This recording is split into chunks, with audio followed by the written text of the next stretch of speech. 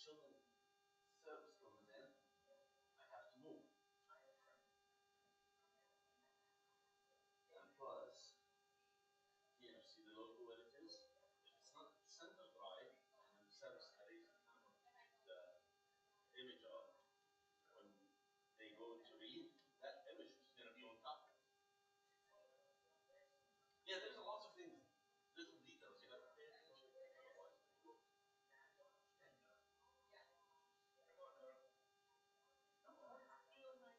No, I don't.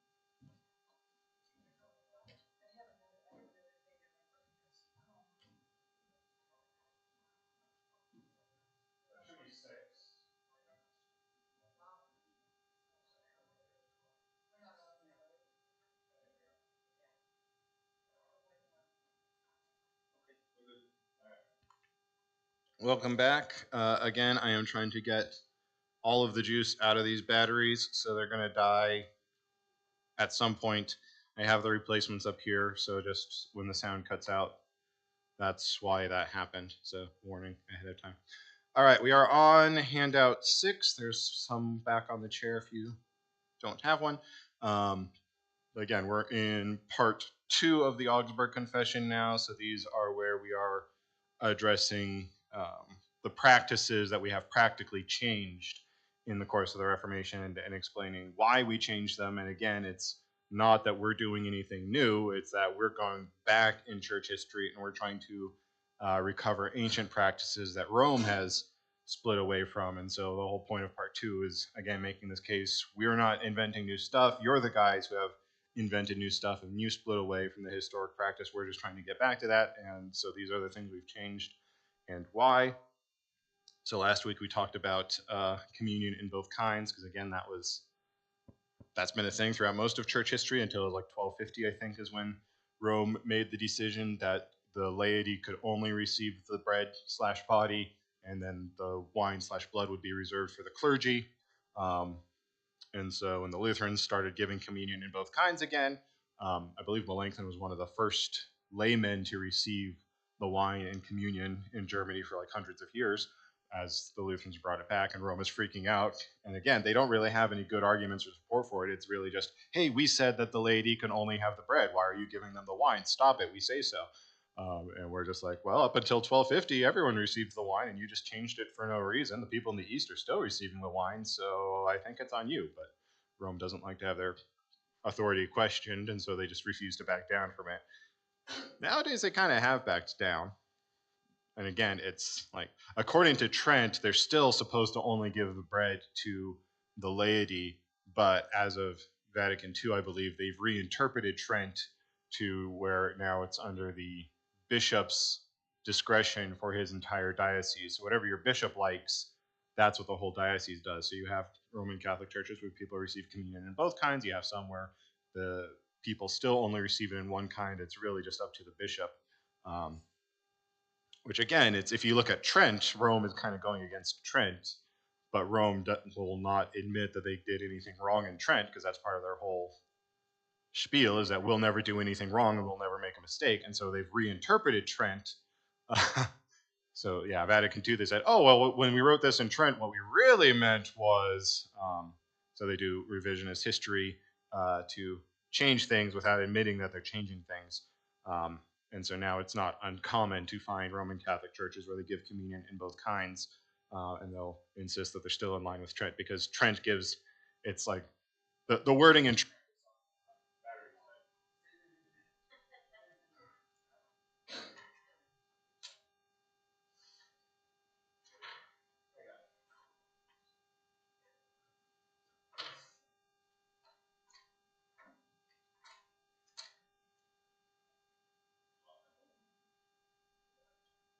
this power on. There we go.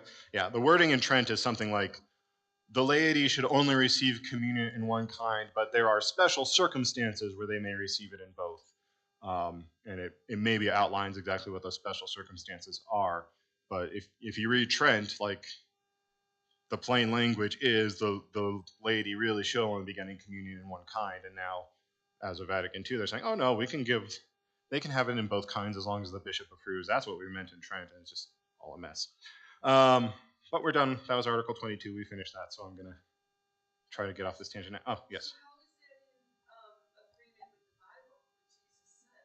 It's not. Yeah, so their arguments, their scriptural arguments for it are sometimes when it talks about the gathering for worship and communion, they'll just use the phrase that they broke bread. Like when Jesus meets with the disciples on the road to Emmaus, and they don't know it's him yet, and then he's revealing scripture to them, and then they sit down for dinner, and then he blesses the bread and he gives them communion, and then they say, oh, he revealed himself in the breaking of the bread. Rome will say, oh, see, Jesus only gave them the bread, they didn't get the wine. Which, like, even then it's weird because those are the apostles he's talking to, so they would be clergy by anyone's account, so they should have gotten the wine if that's the direction they're going to go. And then they pull some stuff out of the Old Testament, which makes it even weirder. But yeah, they don't really argue from Scripture. It's really just in I think it's the Fourth Lateran Council of 1250. They just decided, oh no, the clergy only gets the bread, or the laity only gets the bread. The wine is reserved for the clergy, and that way we can have a distinction between laity and clergy that everyone can see, and we can all recognize that the clergy are a separate class because they get both kinds of communion. They don't really justify it. They don't really give reasons for it in the council. Again, if you read through the apology when Melanchthon's digging into this, he's like, nobody really knows why you stopped giving communion in both kinds. Like, you have these arguments now, but no one really explained why you stopped doing it. It was just declared in the Fourth Lateran Council of 1250. Whereas if you look in the Bible, it's like, again, when Christ institutes it, he says, drink of it, all of you. And then you read what Paul says in the letters to the Corinthians, and he's talking about the practices. He makes it pretty clear that everyone is eating the bread, everyone is drinking the wine. If anything, Paul is complaining that they're reserving the wine from certain people because, again, that's part of the issues with Corinth, was they were treating the Lord's Supper as just a big party and people were getting drunk off of the wine. But that's what Paul's saying is, hey, don't be getting drunk off the wine and leaving all these tables over here where they don't get any of it. Like, everyone should be drinking of it. It's a communion thing. You're supposed to be doing it all together. That's why we call it communion. And then Rome just ignores Paul like they do the other times. So.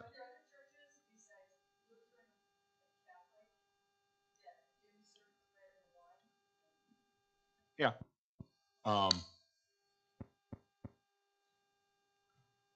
Yeah, I mean, most churches will do, almost all Christian churches will do communion, some more frequently than others. And then you have the divide between those who recognize it as a sacrament and the sacramentarians who say it's not a sacrament and it doesn't do anything. Those tend to be the churches that don't do it very often. Like, you'll have Baptist churches where they'll do communion like once a quarter or something, because for them communion isn't of any benefit to you. They just do it because Jesus says you have to do it. They think they're obeying the law in serving communion, and so yeah, it depends on in Baptist churches it's grape juice because they think wine is wrong. Everyone remembers the story when Noah drank too much grape juice and he got a tummy ache.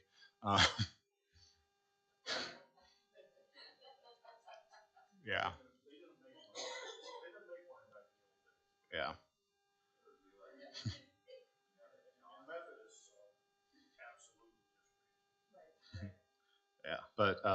Yeah, but Presbyterians, Anglicans,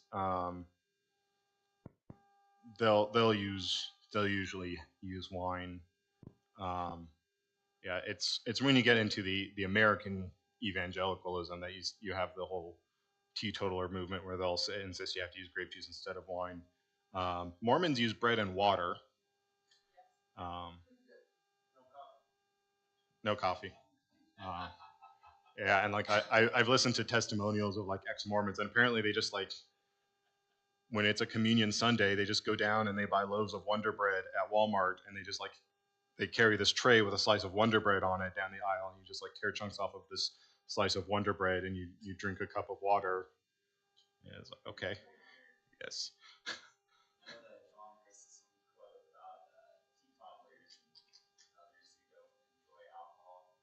I'm sure I've heard it, but it's not coming to mind right now.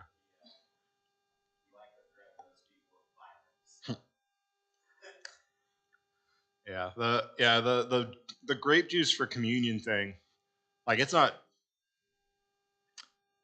even possible until the early 1900s, because that's when Mr. Welch comes up with the pasteurization and preservative process where you can have grape juice that stays grape juice and doesn't ferment, because grape juice really wants to become wine. Like, some fruits ferment faster than others. Grapes ferment really, really nicely. And so Welch, he actually he started the process of learning how to preserve grape juice as grape juice because of this belief that alcohol is evil. So you get this American teetotaler, all alcohol is evil, don't drink anything ever. But then they're left with, what do we do about communion? And so then Mr. Welch is like, I'll find a way to keep it grape juice forever. And so he actually discovers the whole pasteurization process specifically. So you can now have grape juice that you give to all the people, so nobody ever has that dirty alcohol in church ever. But yeah, until you get the pasteurization process and the refrigeration technology that we have in the early 1900s, like the only way you can have grape juice is if you take grapes and you squeeze the juice out of them and then you drink it right away, because within like an hour it's started to ferment already.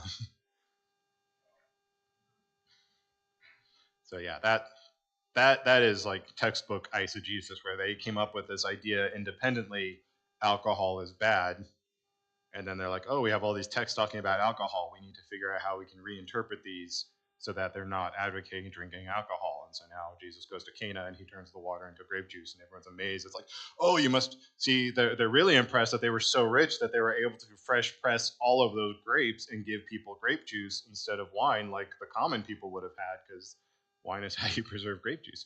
And it's just like, it's not what the text is saying at all. Yeah, it's just, that's all a mess. All right, let's talk about Article 23. Excuse me. So yeah, in part 2, the articles get longer. So yeah, this is like 3 pages long, just the article itself. So buckle up. Concerning the marriage of priests. From everyone, both of high and low degree, a mighty loud complaint has been heard throughout the world about the flagrant immorality and dissolute life of priests who are not able to remain chaste. Their vices reached the height of abomination. In order to avoid so much terrible offense, adultery, and other immorality, some priests among us have entered the married state. They give as their reason that they are compelled and moved to do so by the great distress of their consciences, especially since Scripture clearly proclaims that the married state was instituted by God to avoid sexual immorality. As Paul says, to avoid immorality, each man should have his own wife in 1 Corinthians 7:2. And again, for it is better to marry than to be aflame with passion, 1 Corinthians 7:9. And when Christ says in Matthew 19:11, not everyone can accept this teaching, speaking about celibacy, he shows that he knew human nature quite well, namely that few people have the gift to live a celibate life. For God created humankind, male and female, Genesis 1:27. Experience has made it all too clear whether human power and ability can improve or change the creation of God, the supreme majesty, through their own intentions or vows without a special gift or grace of God. What good, honorable, chaste life, what Christian, honest, or upright existence has resulted for many? For it is clear, as many have confessed about their own lives, how much abominable, terrifying disturbance and torment of conscience they experienced at the time of their deaths. Therefore, because God's word and command cannot be changed by any human vow or law, priests and other clergy have taken wives for themselves for these and other reasons and causes. It can also be demonstrated from the historical accounts and from the writings of the fathers that it was customary in the Christian church of ancient times for priests and deacons to have wives. This is why Paul says in 1 Timothy 3:2, now a bishop must be above reproach, the husband of one wife. It was only 400 years ago that priests in Germany were compelled by force to leave the married state and take vows of celibacy. But they all offered so much serious and strong resistance that an Archbishop of Mainz, who had promulgated the new papal decree, was nearly crushed to death during an uprising of the entire clergy. In the beginning, this same prohibition was so hastily and ineptly enforced that the Pope at the time prohibited not only future marriages of priests, but also broke up existing marriages of long standing. Of course, this was not only contrary to all divine, natural, and civil laws, but also was totally opposed and contrary to the canons that the popes themselves had made and to the most renowned councils. Many godly and intelligent people of high standing have also often expressed similar opinions and misgivings that such enforced celibacy and prohibition of marriage, which God himself instituted and left open for individuals to enter, never introduced any good, but rather many great and evil vices and much scandal. Moreover, as his biography indicates, one of the popes himself, Pius II, often said and had these words recorded, that there may well have been some reason why the clergy was prohibited from marrying, but there were many better, greater, and more important reasons why they should again be free to marry.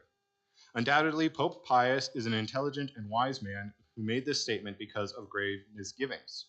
Therefore, in loyalty to your imperial majesty, we are confident that as a most praiseworthy Christian emperor, your majesty will graciously take to heart the fact that now, in these last times and days of which Scripture speaks, the world is becoming more wicked and human beings more frail and infirm. Therefore, it is most necessary, useful, and Christian to give this situation thorough inspection, so that the prohibition of marriage may not cause worse and more shameful immorality and vices to gain ground in German lands. For no one will ever be able to change or arrange these matters better or more wisely than God Himself, who instituted marriage to help human frailty and to prevent sexual immorality. The old canons also state that sometimes severity and rigor must be alleviated and relaxed for the sake of human weakness and to prevent and avoid greater scandal. Now, that certainly would be Christian and highly necessary in this case. How can the marriage of priests and clergy, especially of the pastors and others who are to serve the church, be disadvantageous to the Christian church as a whole? There may well be a shortage of priests and pastors in the future if this harsh prohibition of marriage should last much longer. Thus, that priests and clergy may marry is based on the divine word and command. Moreover, the historical accounts demonstrate that priests were married and that the vow of celibacy has caused so much awful, unchristian offense, so much adultery, such terrible, unprecedented immorality and abominable vice that even some of the sincere cathedral clergy and also some courtiers in Rome have often confessed and complained how such abominable and overwhelming vice in the clergy should arouse the wrath of God. It is therefore quite deplorable that Christian marriage has not only been prohibited, but also most swiftly punished in many places, as if it were a great crime. And yet God commanded in Holy Scripture to hold marriage in high esteem. Moreover, the marital state is also highly praised in imperial laws and in all monarchies, wherever there has been law and justice. Only in this day and age are people beginning to be tortured without cause simply because they are married, especially priests who above all should be spared. This is done not only contrary to divine law, but also to the canons. In 1 Timothy 1, 4 through 3, the Apostle Paul calls the teaching that prohibits marriage a teaching of the devil. Christ himself says in John 8:44 that the devil is a murderer from the beginning. These two statements fit well together, for it certainly must be a teaching of the devil to prohibit marriage and then to dare to maintain such a teaching with the shedding of blood. However, just as no human law can abolish or change God's command, neither can any vow change God's command. That is why St. Cyprian advised that women who do not keep the vow of chastity should get married. He says in Epistle 11, "But if they are unwilling or unable to keep their vows of chastity, it is better for them to marry than to fall into the fire through their lusts, and they should see to it that they cause no offense to their brothers or sisters." Excuse me. In addition, all the canons show great lenience and fairness towards those who have made vows in their youth, as is the case with large numbers of priests and monks who entered their vocations out of ignorance when they were young. All right. Long article. All right, so we're talking about the marriage of clergy and some of the issues that arise when you force celibacy on them. So it's going to be a little bit PG-13. So a quick aside before we begin. So like you have it here in the confessions already saying that there's great abominations basically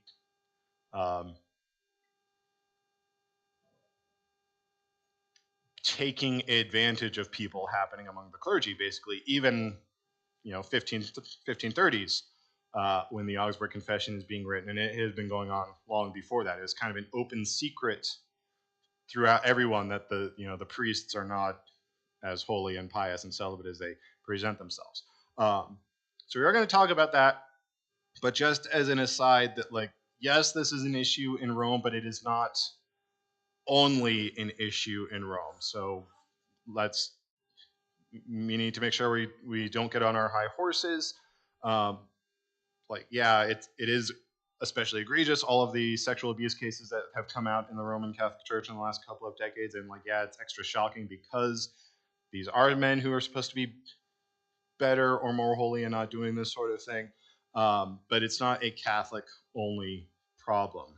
The SBC, the Southern Baptist Convention, is dealing with a whole huge class action lawsuit about all of these abuse cases that have come to light.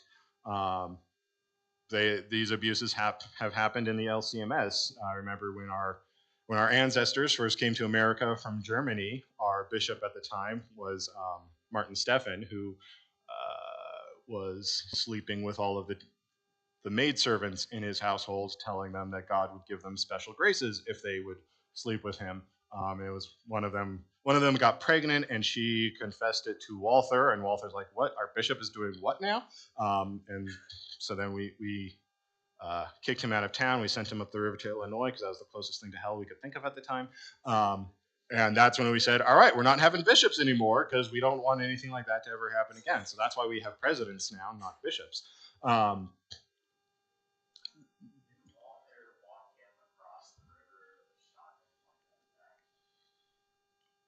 I haven't heard that, but it would not surprise me. But yeah, I know we basically we took all of his stuff. We gave him a boat with like an axe and 3 days rations and like just sent him up the river and we're like, don't come back here ever. Yeah.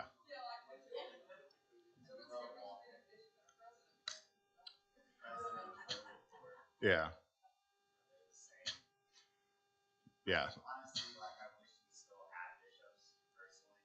Yeah, like the title is more clerical. It'd be nicer, but yeah, it is. Yeah, basically, well, Stephen was a little power hungry to begin with. So he was the bishop who brought the Saxons over to America, and it was like before as they were getting on the boat, he made all of them take a vow that he would be their bishop for life, and they would never get rid of him and give him all supreme authority and all of this.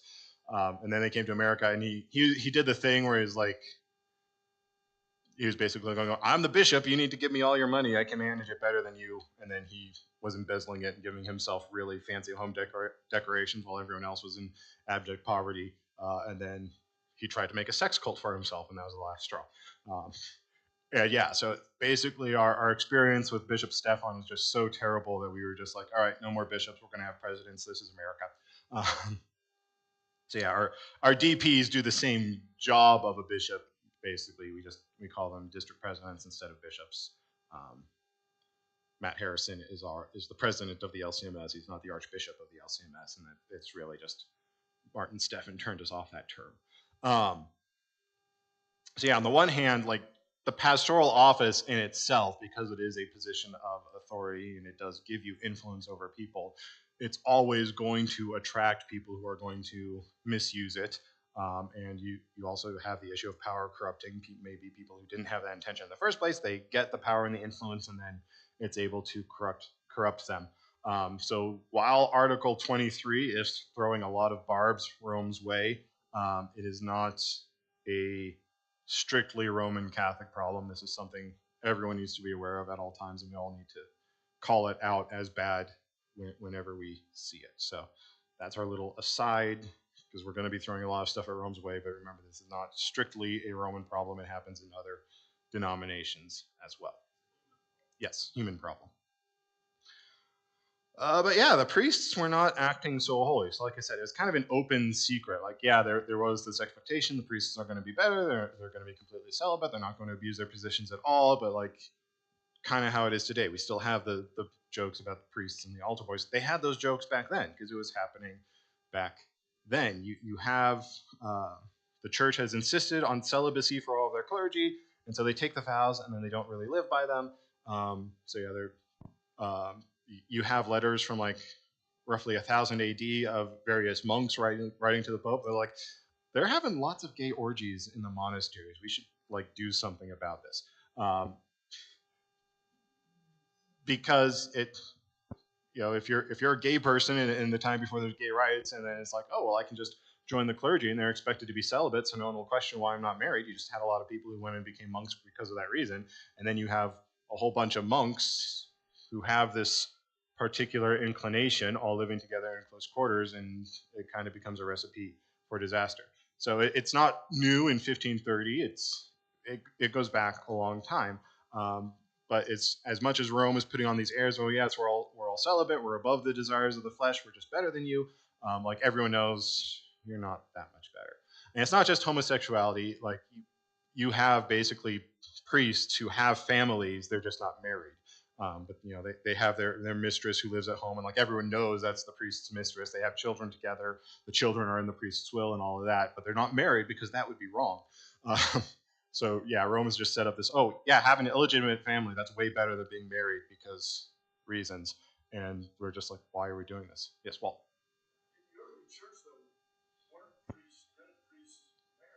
Mm-hmm.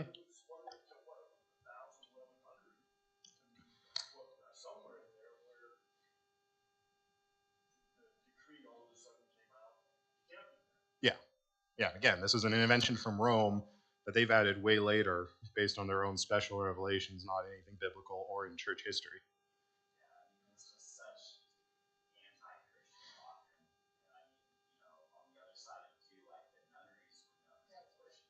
Yeah, yeah,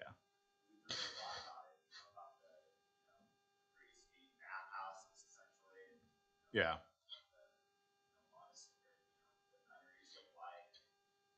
yeah, yeah, yeah. And I have not researched this as much as I should have. This is kind of hearsay that a professor told me at seminary, but so I'm only like 80% sure on this. But I've been told that in the medieval ages, um, there was basically a mistress tax you could pay to the Pope if you were clergy, and so it's like, yeah, you could basically have a family, and you're loyal to this one mistress. You're just not allowed to marry her because reasons, and you had to give the Pope a cut. But as long as you paid your mistress tax, you were licensed to have this mistress and raise a family with her. And it's like everyone knew this is happening, but the priests aren't allowed to get married because of whatever reason. And so it's like, again, this is the one of the most common accusations Roman Catholics will still make against Lutherans to this day. Um, is it's either they'll say either Luther thought it was too hard to be a Christian, which is he was like the monkiest of all monks. Like he was really into the works righteousness system. Like again, he would go to confession like 4 hours a day and just make sure he confessed every single thing, to the point where his father confessor had to be like, Luther, go into town and commit an actual sin so you have something to actually confess to me. This is getting ridiculous. But yeah, apparently he was too lazy to do that. So that's the main reason they'll give for why he starts the Reformation. The other reason that they'll give is that Luther was just this horny old man who was too weak to endure celibacy, and so he starts the Reformation so that he can get married, which is he didn't even want to get married. Like um, after the Reformation happens, he's like, yeah, our priest should get married, and he like the nuns who are leaving the convents, he helps find the husbands for them and all of that. Luther himself is still kind of caught up in his Roman Catholic upbringing. He's like, I'm not sure if I can really stand to get married. And then you have Catherine von Bora, who is also a nun who's left the nunnery, and they're trying to find a husband for her. And she's like, well, if I'm going to get married, I'm marrying that one. I like Luther. And so she like basically tells everyone, if you guys are going to find a husband for me, it better be Martin Luther. And so they're like, hey, Luther, people like, you kind of got to get married if you're going to insist that pastors should be married. And Luther's like, okay. And then they get married, and then he finds out married life is wonderful, and he writes all these essays on how much better it is to have a wife and how grateful he is to be a father. But he didn't even want to get married in the first place. And then again, like if Luther was just this horny old man who couldn't be celibate, it would have been a lot easier to just pay the mistress tax and get a mistress than it would be to start a whole Reformation. Like it's not really good grounds there either.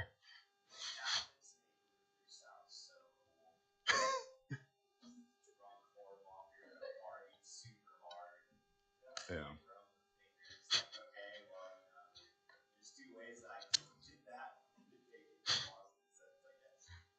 Yeah, but yeah, that's the slander campaign against Luther. Uh,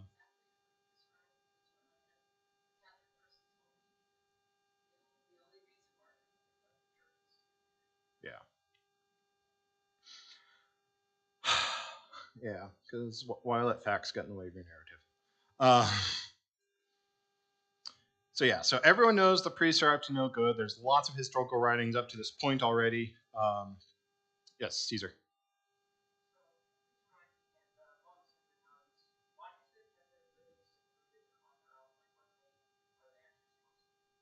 Um, why are the monks and the nuns living in seclusion? Um, because they're better. So again, in the works righteousness system of Rome, they have the treasury of merit. That's like the bank account that you can borrow from in order to get into heaven if you're not good enough on yourself. So the monks and the nuns take vows to live more sanctified lives so they can be better than just regular lay people. And they don't have to worry about intermingling with all the unwashed masses the way that the priests do and be tempted away by worldly affairs. And so they hold themselves up in the monastery or the convent where they can just live isolated lives dedicated to prayer. And by secluding themselves from all these worldly temptations, they will avoid sin that much more themselves.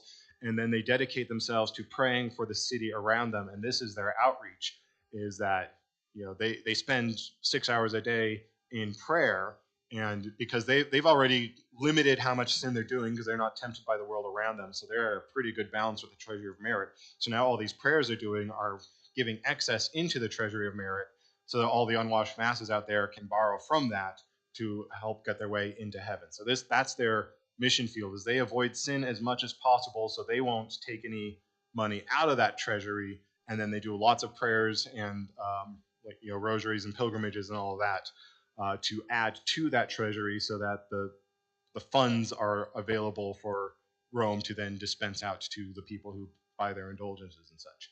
Does that make sense? What are some of the monasteries also where you kind of had a lot of guys, some were Luther, who were really students, biblical scholars. They were putting together a lot of study. Yeah. Yeah, those were part of the good works that they would do. That's how we had Bibles. Was the monks would copy before the printing press, the monks would hand copy all of the Bibles. So the church had those available. They were centers of education. So if you were a rich person, you could send your son to the monastery, and the monks would teach him how to read and write in Latin, because that's all the educated people in the church are in the monastery, basically. You do have monks who are scientists. A lot of scientific experimentation happens in there. Sometimes the monasteries would be outreaches to the pagan lands. This was really common, especially in Germania, is the monks would go into the pagan territories. They'd build up this monastery, and they wouldn't interact with anybody. They would just live their life in the monastery, but all the barbarian hordes would be like, we have no crops, and they have plenty of crops. They might know more about farming than we do. Let's go see what we can learn from them. And so they would go to learn the scientific advancements in the agriculture and stuff from the monks. And in the process of just observing them and seeing how they live and learning that would help to convert the pagans, because they would start to see, oh, maybe there's something to this whole Christianity thing, because they're not killing each other and they're having really good crops. Maybe we could try this. So it despite the not interacting with people, it could form as an outreach as well. But yeah, it really was just about dedicating yourself to avoiding as much sin and temptation, avoiding as much temptation as possible to avoid as much sin as possible. So then that you're good. So you kind of guaranteed your spot in heaven already-ish. So then most of the good works you're doing are actually going into this treasury of merit as surplus that can then be dispensed to everyone else as needed.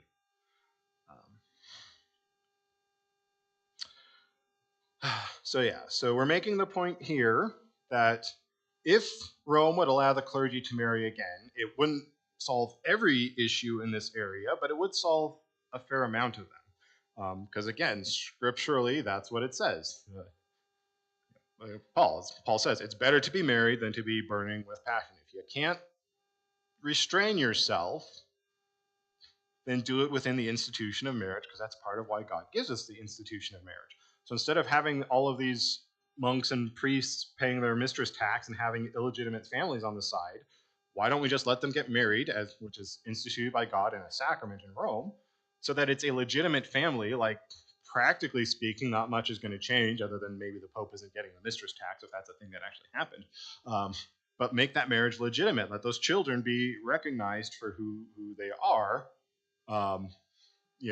Instead of these monks just kind of doing whatever they can get on the side because they can't contain themselves, let them have a wife so that they can be with their wife as God has ordained it, and that would probably fix a lot of things. And they're still making this argument today. Like, you have plenty of every time that Rome has any kind of meeting or convention. This is usually something that's on the agenda, is maybe we should allow our priests to get married.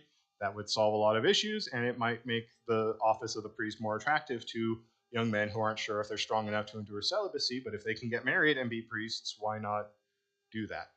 It keeps getting voted down. Except apparently in South America, again, this is a hearsay thing I heard from an interview with there's a Lutheran pastor saying this, so take that for what it's worth. But he said he was doing mission work down in, I think, Guatemala, and he was talking to the tribes there, and like the Jesuits had been there and converted a lot of people to Roman Catholicism already. However, because of the culture in South America, they already just held this idea that like men just have to be married. If you're not married, it means God is mad at you and you're cursed, and that's the only reason you wouldn't be married. And so the Jesuits were just like, okay, South American priests can get married because we don't want the people to think their priest has been cursed by God. And so like married priests are allowed in this region of Central America, South America, wherever it was. I think it was Guatemala, but I'm not sure. And apparently they also have like,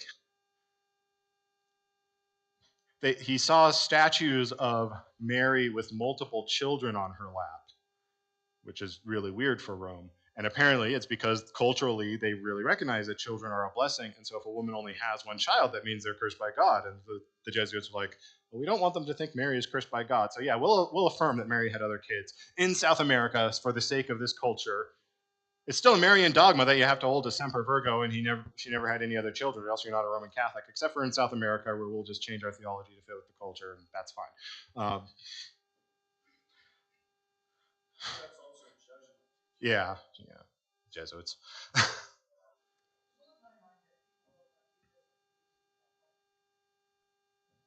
Well, because we're the middle of the road between Catholic and Protestant, so yeah, we're too Catholic for the Protestants.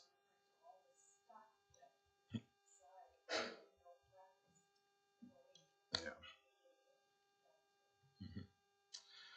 Yeah.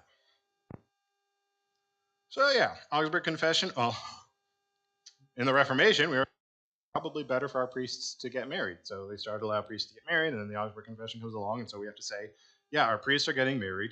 Here's why. Because we don't want to get into the whole mess that's been going on with Rome that everyone knows about, that you just kind of cover up and nobody really buys your cover story. But yeah, we're Lutherans, so we're going to go with the Bible on this. So again, like it said in there, 1 Corinthians 7, Paul says that each man should have his own wife, and it's better to marry than to burn with passion. So yeah, God's plan for marriage, as expressed in the Sixth Commandment, is, we've heard this analogy, sex is like a fire. Fire can be really bad or it can be really good. When it's in the place where it's supposed to be and under control, it's really good.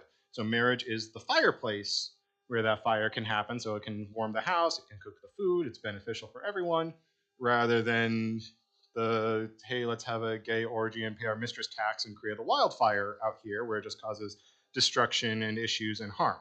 So yeah, that's the Sixth Commandment. The Sixth Commandment is not never have sex ever. It's only have sex with the person that you're married to.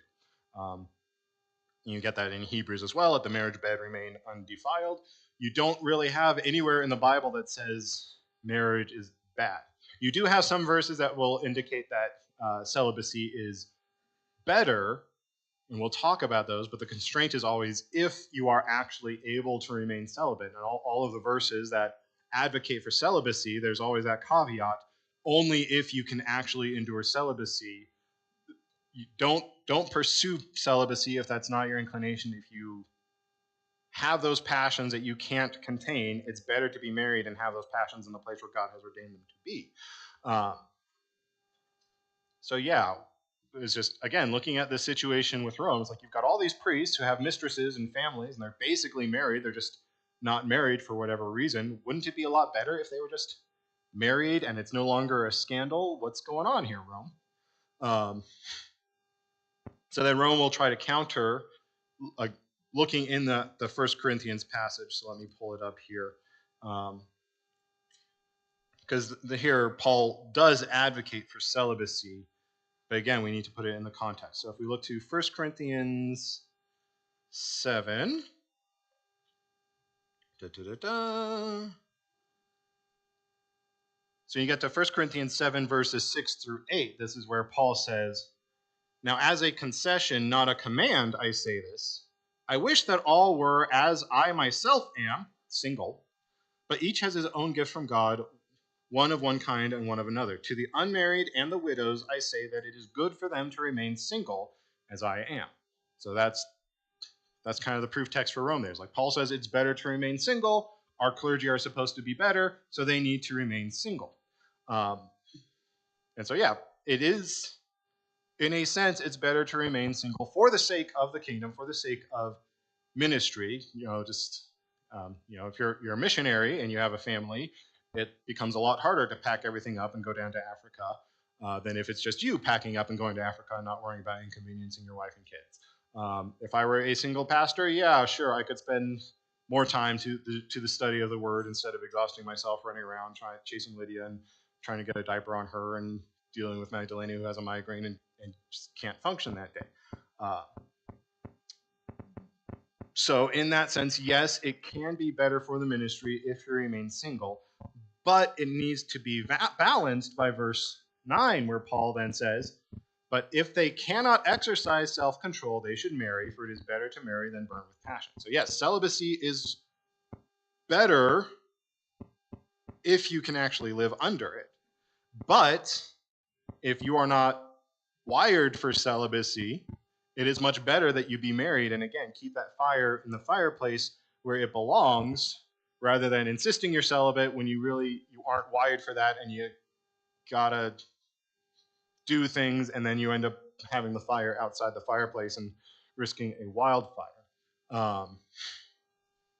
Likewise, I'll get to you, Loy, in a second, sorry. Likewise, if we look to Matthew 19, this is where Jesus advocates celibacy. So Matthew 19, people are asking him about divorce, and Jesus doubles down against divorce.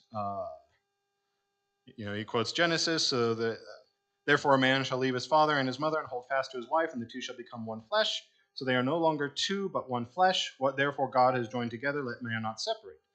And they said to him, why then did Moses command one to give a certificate of divorce and to send her away? And he said to them, because of your hardness of heart, Moses allowed you to divorce your wives, but from the beginning it was not so. And I say to you, whoever divorces his wife, except for sexual immorality, and marries another, commits adultery. And the disciples said to him, if such is the case of a man with his wife, it is better not to marry. And then verse 11, but he said to them, not everyone can receive this saying, but only those to whom it is given. For there are eunuchs who have been so from birth, and there are eunuchs who have been made eunuchs by men, and there are eunuchs who have made themselves eunuchs for the sake of the kingdom of heaven. Let the one who is able to receive this, receive it. So a eunuch is a man who's not doing certain activities. This is not a code for Jesus saying homosexuals are better than heterosexuals, the way that liberals take that verse to mean. That is an argument that's out there. But yeah, here Jesus is saying, if you can be celibate, then that is better. And so again, Rome will say, oh yeah, Matthew 19:11, Jesus says it's better to be celibate. But again, if we read it, he says, not everyone can receive this saying, but only those to whom it is given. Only those to whom God has given this gift of celibacy, where they are basically asexual, where they're wired to not have these passions and the desires. Yeah, don't force yourself into a marriage just for the sake of being married. If you are wired for celibacy, great, you can serve the kingdom much better in that way. But for those who can't receive it, for everyone else who's not given this special grace from God, where they have that self-control or they lack that desire, it is better for them to be married than to burn with passion here. So the one who is able to receive it, but the person who is not able to, the person who does have the desires and the passions that they can't restrain, it is better for them to be married. Again, keep the fire in the fireplace. That's where the fire is supposed to go, and it's good and beneficial to have that fire. Don't board up your fireplace and say, oh, I'm never going to need food again. Oh, it's kind of cold. I'm chilly. I'm going to go out here and light the forest on fire. That's what Rome is doing, and that's not what you're supposed to do. Well, you had your hand up for a while. Sorry. So MGTOW is not as evil as Right. MGTOW, men going their own way. It's the current internet movement of men who are just tired of dealing with women, and they're just like, okay, I'm not going to deal with relationships. I'm fine. I'm happy being single. Let me do this. actually they're not tired of dealing with women. That's not the problem. It's the legal system. Yeah. So yeah, so again, it's celibacy is fine. You can make the argument that celibacy is better than the married state, but only if you are wired for it. Celibacy, it's not better to the degree where if you have these passions and these desires, that you should just force yourself into celibacy because that will somehow make you better, because then that ends up just making everything worse. If like as Paul says, it's better to be married than to be aflame with passion. Um, so we do have these verses advocating celibacy, but they're not verses against marriage the way that Rome is taking them out. Is that making sense? Yeah. I want to make a point too. Like, if you're wondering the statistics of somebody who would be celibate, probably think of how many 9-foot people you've met.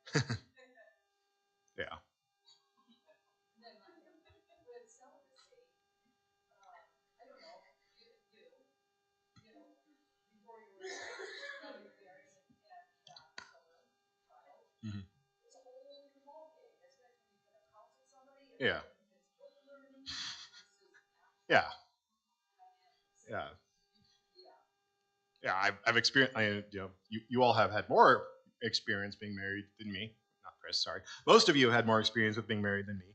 But if you come to me for any kind of marital counseling, I can speak with at least some experience in the manner. Versus, apparently this was one of the issues Mary Gissel had back when you had a DCE. I guess he was going to do a class on marriage or something when he himself was not married, and Mary Gissel was just like, how are you going to teach us how to make our marriages better when you have no practical experience being married?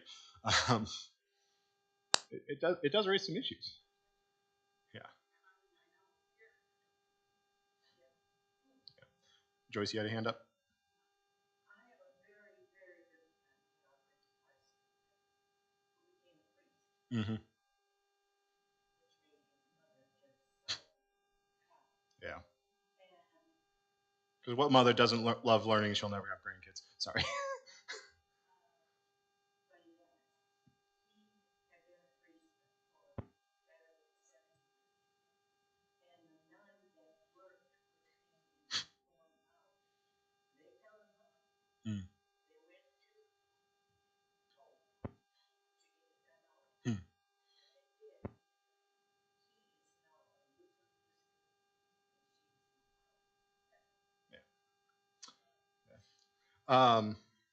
Yeah, it happens.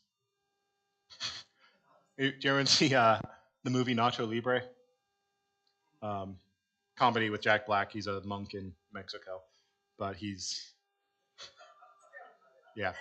talking about, he's like telling, because there's this nun he has a crush on. He's telling her his family story. He pulls out a picture of his parents, and he's like, my father was a priest. My mother was a Lutheran missionary. They tried to convert each other, and then they got married instead. Yeah. Um, calm down, Steve. Yeah. There is something worth noting here, though. So yes, asexuality does exist. It is confessed here in the Bible. I would say Paul is probably an asexual with how comfortable he is being single in 1 Corinthians 7. And again, he's like, if you are like me and you can remain single, by all means do it. Jesus here talks about those who are eunuchs from birth, who it's better for them to remain single. I would say those are basically asexual. So asexuality does exist, and the church has not really approached that very well, because again, especially in American Christianity, we have this whole idea like you're not a full Christian until you're married. Churches have all sorts of, often churches will have like the singles group because they want to pair up all the singles in the church and get them married. They don't often have married groups, because once you're married, you're fine. You don't need any help. We have this approach where yes, you need to be married to be fulfilled and be complete, which means that now asexuality has been brought into the rest of the alphabet. So when you get the like LGBTQIA, AABV, one of those A's is asexuality. So they've been like absorbed into that rainbow flag when really they shouldn't. Asexuality should be on the Christian side of things, because we should be recognizing it. It is, in a sense, it is a gift from God, because it does allow you to have that life more focused on ministry rather than the other concerns that family and marriage life can bring about. But because this is where the church historically has dropped the ball, because we just kind of went into this, oh, you need to be married. If you're not married, you're weird thing. Like the A's have been absorbed by the rest of the alphabet, which is really weird because the rest of the alphabet defines themselves entirely by who they have sex with. But like, yeah, they find their place more there because in the church we just have this whole, oh, if you're not married, you're weird. Why wouldn't you have this desire? Everyone should have it. So keep that in mind as we're dealing with all sorts of contemporary issues. Yeah. So I have a bad segue here, but yeah. Why? No, I'm. First, do they have something for each letter in the alphabet now? Probably, yeah. I lost count. Yeah, you can go to some fun videos of Justin Trudeau like trying to say the whole thing in one breath. And it's fun. There's a really great video of it's a German Parliament meeting. So it's all in German, but it's subtitled if you look it up on YouTube. But it's some kind of measure relating to the alphabety, and this one minister is opposed to it, so he just stands up and he spends like 5 minutes addressing each person. He's like, dear gays and lesbians and bisexuals and trisexuals and transgender men and transgender women, and it's just like 5 minutes of him listing all of the different terms that they have at that point, and then he's just like, we reject your measure, and then he sits down. Why is the church with that wrong? Like, if somebody wants to stay single, let them be. Maybe because there is a lot of singles. Yeah. They haven't found the other rushing into marriage. I don't know why it switched to be taken lightly. Yeah. It can be a lifetime quest to find that Mhm. significant other. Yeah, and I think that's just a cultural thing that has been brought into the church. It's not something that arises from church teaching. It's just this, culturally, the American dream is a wife and 2.5 kids with a white picket fence. Anyone who deviates from that desire is weird, and we need to shame them. So if you're a man who doesn't want a wife, there's something wrong with you. What's going on? If you're a woman who doesn't want a husband, what's going on? You're weird. Stop it. You should want a husband. That's just how it works. And so then it turns into this. Yeah, your life isn't complete until you've hit that pinnacle of the American dream, which means getting married. So the single Christians are not complete Christians. You need to be married and make lots of Christian babies for you to be a full Christian. It's not exegesis. It's not coming straight out of the text. It's a cultural thing that gets brought into the church by the culture in which we live.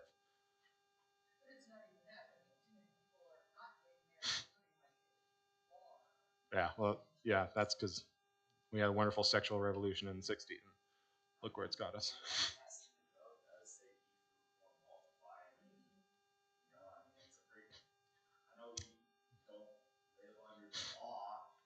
Yeah. Yeah. And we'll talk about that verse because that's something that Rome kind of brings up. But yeah, so and again too, like asexuality is a thing, but it is a pretty small percentage of the population. For most people, we do have these desires, and marriage is the place where these desires can be exercised appropriately.